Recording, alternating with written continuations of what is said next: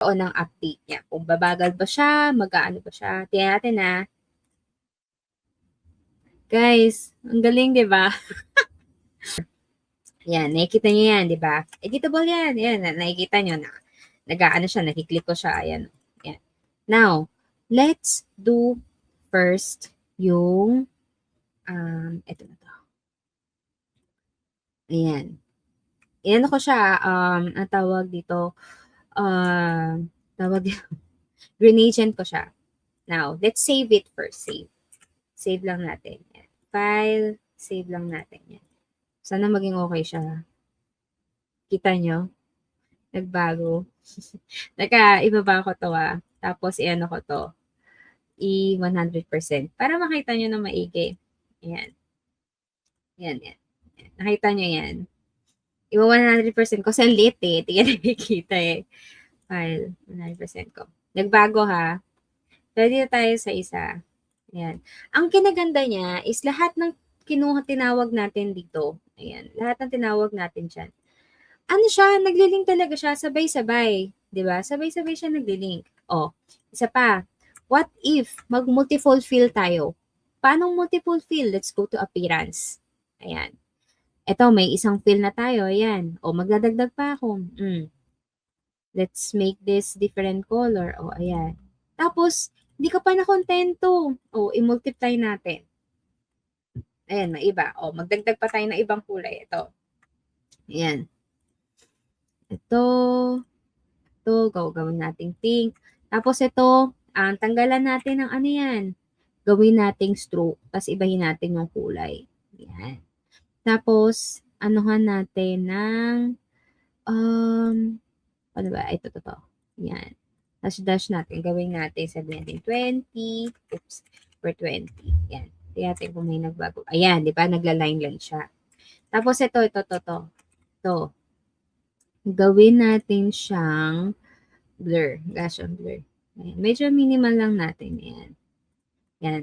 Tapos, make sure na isi-save nyo yan ha. Isi-save nyo yan. Save.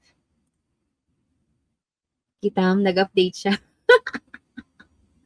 Diba? Imagine that kung you are the type of person na you are working between the Illustrator and After Effects. Sobrang bilis na niya. Tapos gusto mong magpalit ng kulay. You don't have to export anything. Ito na siya. Ayan. Ito to. May nalaman din pala ako na po pwede ka din palang ang tawag dito, magpasok ng image. Okay. Paano magpasok ng image? Wait. Let me go to isang file na nakita ko dito. Ayan. Drag ko lang dito. Ayan. Itong image na to.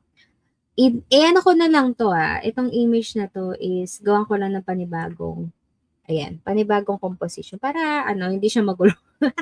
Ayan. Ngayon, ang sabi kasi dun sa nabasa ko na ang sabi ko kasi dun, After Effects, pwede bang makopya ba siya? Makopy-paste. Ayan. Etong sa recent kasi natin, dito sa recent After Effects kasi natin ngayon, pwedeng makopya siya. Pero, hindi siya yung kagaya doon sa beta version natin na parang SVG yung matic na na. Kay beta kasi yun eh. Pero ito kasi yung isa. Ang kinaganda kasi niya is from ito. Kuha lang tayo ng vector. Ayan. Ito. Ayan. Ayan. Ano ba? Ito na lang. Piling ko kasya sa kanya ito. Hindi. Ito na nga lang. Ang gulo ko. Gulo yarn. Ito na lang. Ayan. Control-C lang natin to. Then, let's go to this girl. Click lang natin siya. Ayan. Then, Control-V. See? Ano yung kinaganda niya?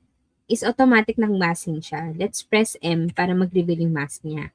Tapos, nare-resize din yung mask niya. Teka lang, i-ano natin. Ayan. Shift nyo lang, then click ka. Let's press M para mag-reveal yung mask niya. Tapos, nare-resize din yung mask niya. Teka lang, i-ano natin. Ayan. Shift nyo lang, then click ka. Haragan. Ayan no, na-editable yung niya. Yung file niya. Yan. This only doesn't stop from the images lang. Kasi you can also use this in a shape layer.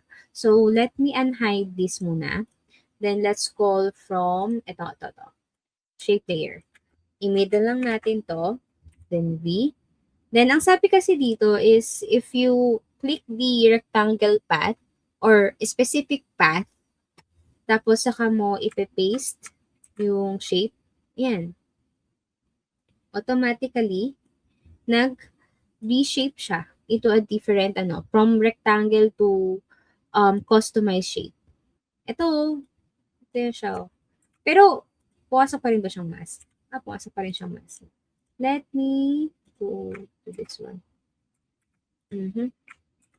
Pumapasok nga siyang mask automatically. Yung isa nakita ako. That's, yan. Hindi siya papasok sa shape. So sa mask siya pupunta. At least we know now, guys. Diba? Yung mga bago tayong tutunan ngayon. Diba? Ayan. Tapos pwede nating lakihan to. Ayan. Yung bago ng SVG ngayon, yung, ang tawag dito, yung mismo SVG file na napapasok. Yun yung sa beta pa lang. Ayan. So, ayan, at least na-explain ko na sa inyo yung isa na copy and paste na mga vector file. Ayan. Ayan, mabalik tayo dito. Ayan. So, ito na, di ba? Na natin yan. Napalitan na natin. Ayan. Ikaw, gulo ko na. Ayan. So, balik tayo dito ngayon. Ayan. Ngayon, napasok na natin to. Ayan. Ayan. Ngayon, to sa appearance natin, lagyan na natin ng stroke. So, possible siya. Nag-automatic talaga siya, di ba? Ayan. Now, what if itong background naman yung ginalaw natin? Ayan, itong background. Itong background, tapos nag-add tayo ng shape. Let's sabihin natin star. Ayan. Make sure nang nakikita siya somewhere dyan. Ayan, ito yung star. Ayan. Tapos, ibayin natin yung kulay para stand out siya. Ayan. Tapos, Control S. Make sure that you don't forget to save it para mag-update siya. Ayan. Diba? Ang galing niya kasi talagang updated talaga siya. Then, what else? Ayan. What if itong bilog na to is gawin naman natin 3D? So, let's go to Effects, 3D. Ayan. Let's make it, ito, pag-revolve ba? Ayan, ito na lang. Tapos, para mas exciting sa lahat, lagyan natin ng material, kung ano man tong material na to. Ayan. Parang pretty. Ibayin natin. Parang nandiri ako bigla. Ito na lang.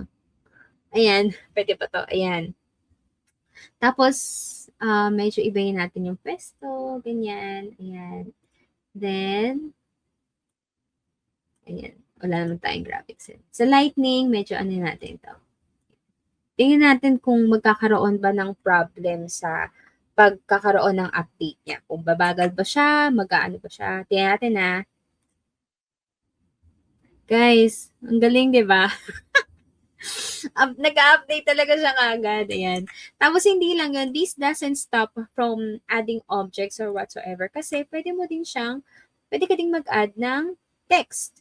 So, pwede tayong text on path dito. Ayan. Let's go to text. Wait. Type on path pala. Sorry, guys. Type on path. Wait a minute. Let's double click na lang. Ayan. Kasi naka-ano pala siya. Sorry, guys. Ayan. Ito na lang. This one na lang. Ayan. Para this doesn't. Ayan. Then, let me do the word dynamic. Dynamic. And let's enlarge this one. Ayan. Oops, daisy.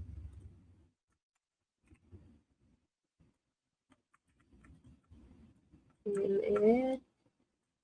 Will it change anything? Oh. So, ayaw niya pumasok. I di don't. Minsan madali lang ako kausap eh. Ayaw pumasok. Ayan, ayan. Ayan, sasaniban siya. Pumapasok na siya, guys. Lumabas ulit siya. Ayan. Ayan na lang natin. Ayan. Ayan. Then, let's see if dito sa this one, let's go to properties ng text. Asa ba ito? Wala. Window tayo. Then, character. Mali pala. But, alam mo yun, sa sobrang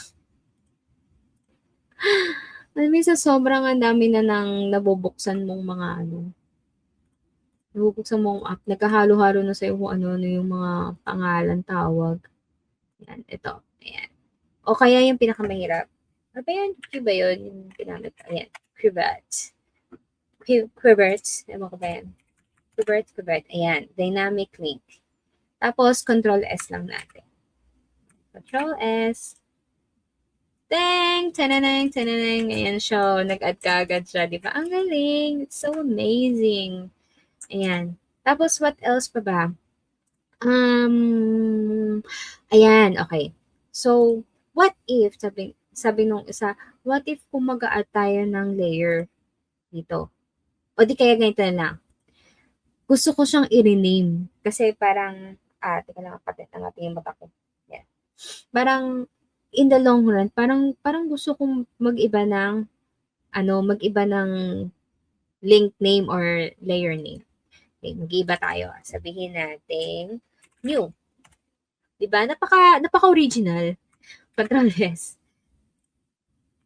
Diba? Pero paano yun? Anong gagawin natin? Ganyan. What are we going to do with it? File. Click mo lang dito sa may project panel natin.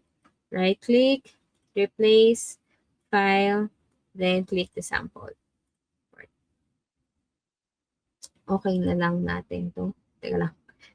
Tama pa ba itong kinuha ko? Ito ba yun? Di ba? Ito lang ang pangit lang doon. Sa sobrang dami mo kinuhang file, di mo na alam. Ayan. Ang gagawin mo lang, i-update mo lang siya.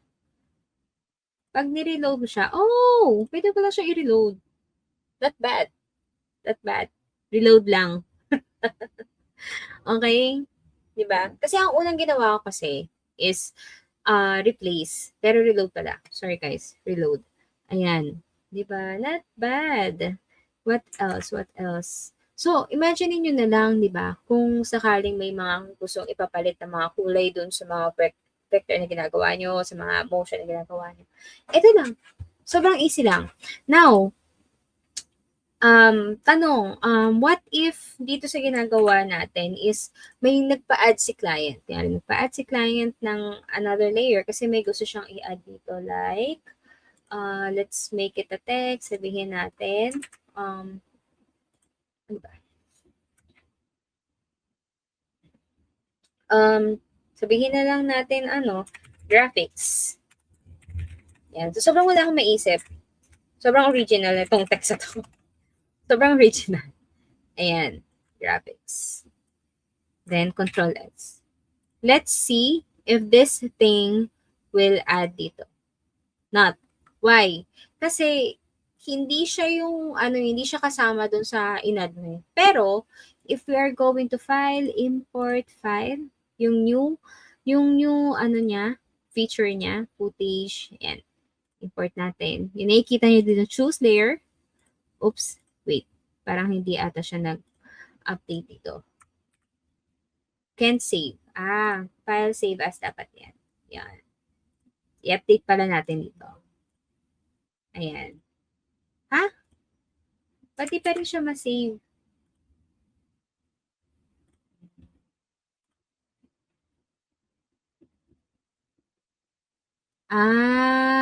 Okay. E di, na lang. Sabihin natin 2.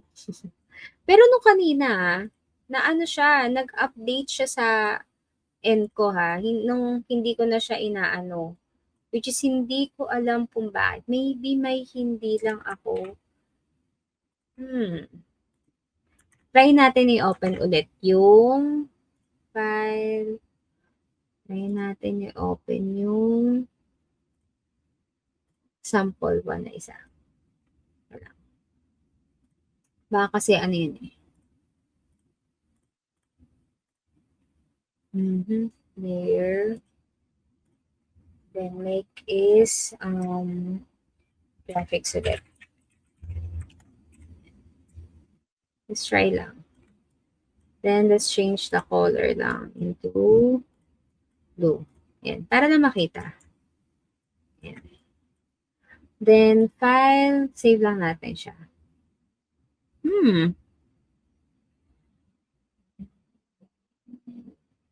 In different directory. Save as a copy. Di pa din eh. Ano, pasaway ka? Ayaw nga, hindi nga pwede. Makulit yarn. Medyo makulit yarn. Nakukulitan na ako sa iyo, ang kulit mo ah. Yan ang sinasabi ng Illustrator, paulit-ulit ka. Yan. So, ang pwede natin gawin is let's make a new sample file, import. Pero pwede na rin, di ba? Not bad na din. Import natin. Then, choose a layer. Ayan, di ba? Layer 3. Document size. Yan. Then, dito na natin pasok. Para di magulo. Ayan, dito. Then, pasok natin dito. Sa likod siya. Oops, daisy. Where did you go? Asan na yun? Asan na yun? Delete ko nga lang. Where did you go? Save ko nga to. Hindi. Ito pala. Natin. It didn't. Why? Close ko nga to para hindi magulo. Dami ng layers eh. Diba? Para lang ma-explain sa inyo. Then the graphics. Kasi nga naman. Ulit-ulit. Mali kasi ako na, tama yung ginawa ko. Pero, nangyari kasi, sobrang, alam mo yun, sobrang lito na. Sobrang daming file. Yan. Okay lang yan. At least, there's a room to grow, di ba? Ewan ko na lang kung di pa mapakita to. Oopsie daisy. Iakit na. Back, di ba? So, possible pa rin mag-add ng new layer. Okay, guys? So, ayun lang. I hope this short video will, will give you a new workflow. Ayun lang. Sana makatulong sa inyo. Ayun lang. Good night, guys.